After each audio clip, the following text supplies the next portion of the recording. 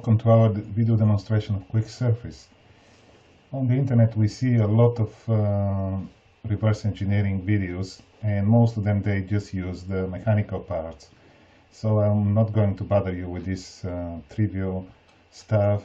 Of course, there are so many mechanical cases and inevitably we need them. For example, here we just need to extract the sketch, and then we can create extrusion, then create planes, trim them, and at the end I will just enable to here we construct the solid body, and here we can extract some details. From here we will just cut, and at the end we just end up with this part, which is, I will just hide this sketch, which is perfectly fine. But the question now is, what do we do with this area and how we can address it? So here is what QuickSurface can do. We'll just use the mesh selection tool and use the magic wand, click here, and we pick the area which is of our interest. I'll put it in top view, and here I need to just paint a little bit more to fill these small areas that need to be used. You don't need to be precise, but the more the better. Also, you need to take care when you do this selection not to go too much out of the fillet, because this is actually what we'll use. Holding the Alt key, you just unselect these areas here. I'll paint this again. While doing this, make sure that the select through is off, so you don't select the areas behind the object. And now how we can attack this case, I'll just use our auto surface.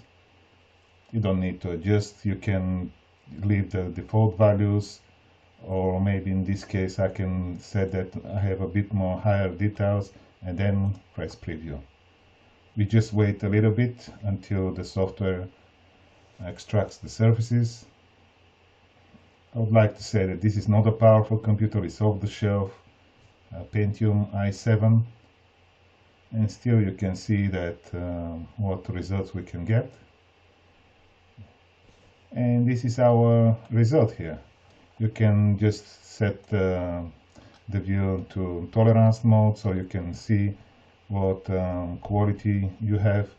Also, another thing that you can do is to help the algorithm to draw some guide curves here to flow, to direct the flow of the algorithm so it can improve the quality, and then you press again preview.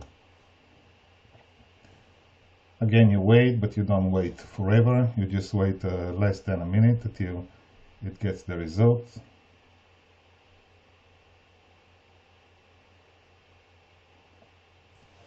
As you can see, the algorithm generates curves that really follow the curvature of the object, and when you're happy you can just press OK.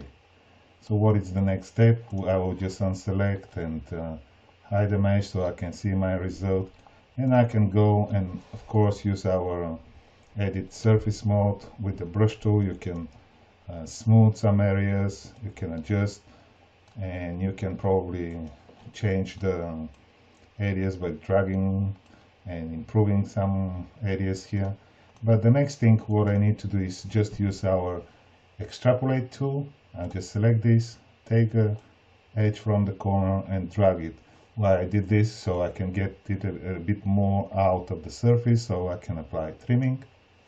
And then the next step is I take my body and I will just select both of them, select my operation trim. So now you can see that it gives us that it's a multiple surfaces, and one option you can just apply the automatic trimming. As you can see, it throws away. We use the algorithm to get rid of what is unnecessary, and then you can press OK. The surface is rebuilt, and you can see it's a solid body, and then you are ready. You can analyze your quality with the environmental mapping so you can see how it is, and then you can just press export the model and export it as a step file and put it in your other package like SolidWorks, for example. I'll just come, and this is the file. I just press open. It takes a while for SolidWorks to load the solid model, but it's a completely valid model which you can use further for any other processing. You can see that it's a solid body, and you can use it in your favorite CAD packages. Thank you for watching.